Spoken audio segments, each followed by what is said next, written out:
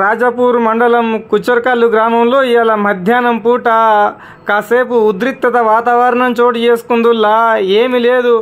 ఒకవైపు కాంగ్రెస్ పార్టీ బలపరిచిన సర్పంచ్ అభ్యర్థి, ఇంకో సైడు భారతీయ రాష్ట్ర సమితి బలపరిచిన బీఆర్ఎస్ అభ్యర్థి, ఇంకా ఒకరికి ముందుండి నడిపిస్తున్న నాయకుడు అభిమన్యు రెడ్డి, ఇంకొకరికి ముందున్నది మళ్ళీ ఎమ్మెల్యే అనిరుద్ రెడ్డి సార్ వాళ్ళ అమ్మ ఉంది. ఇంకా అక్కడ కొద్దిసేపు డీజేలు పాటలు డ్యాన్సులతో ఒకరికొకరు డి అంటే డి అన్నట్లే వేసిర్రు పో. కానీ ఇంకా ఏమవుతుంది అనుకున్నాం. ఇంకా వాళ్ళు వీళ్ళు కాంప్రమైజ్ అయ్యి ముందుకు వెళ్ళడంతో పాటు ఇంకా గొడవ కాకుండానే మంచిగా పోయింది.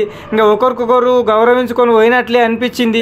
ఇంకా అన్ని విధాలు గెలిచిన వాళ్ళు ఓడిన వాళ్ళు ఎవరైనా సరే భవిష్యత్తులో గిట్లాగే ఉండాలి. ఇంకా రెయ్యలతో అయితే ప్రచారం ముగింపు పడ్డది, కానీ గిదైతే ఎప్పటికీ గుర్తుంటుంది పో అందరికీ. ఆపోజిషన్ పార్టీ వాళ్ళు ఇద్దరు ఎదురెదురు వచ్చి ప్రచారం చేసుకుంటే రచ్చ ఉంటుంది కదా.